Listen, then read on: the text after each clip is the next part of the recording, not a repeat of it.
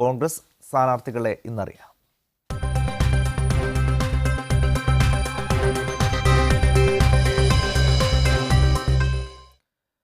കോൺഗ്രസ് സ്ഥാനാർത്ഥികളെ തീരുമാനിക്കുന്നതിനുള്ള നിർണായക screening committee യോഗം ഇന്ന് ഡൽഹിയിൽ. ഇടുക്കി, ആലപ്പുഴ, വടകര, പത്തനംതിട്ട, വയനാട് മണ്ഡലങ്ങളിലെ സ്ഥാനാർത്ഥിത്വം സംബന്ധിച്ച് അവ്യക്തത തുടരുകയാണ്. മുതിർന്ന നേതാക്കളുടെ സ്ഥാനാർത്ഥിത്വവും ചർച്ച ചെയ്യും. ഇന്നത്തെ ചർച്ചയിൽ തീരുമാനമായില്ലെങ്കിൽ ഒന്നിലധികം പേരുകളോടെ സാധ്യതാ പട്ടിക തെരഞ്ഞെടുപ്പ് സമിതിക്ക് സമർപ്പിക്കും.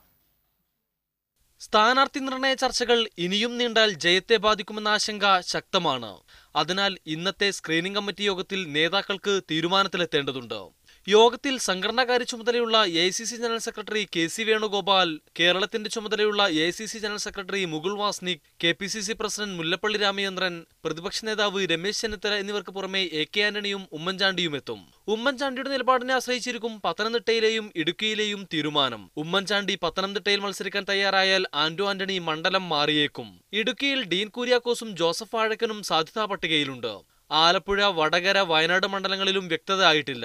സുരക്ഷിത മണ്ഡലമെന്ന നിലയിൽ KC വേണുഗോപാൽ വയനാട്ടിലേക്ക് മാറിയേക്കും. ഇല്ലെങ്കിൽ ഷാനിമോൾ ഉസ്മാനോ T സിദ്ദീഖോ സ്ഥാനാർത്ഥിയാകും.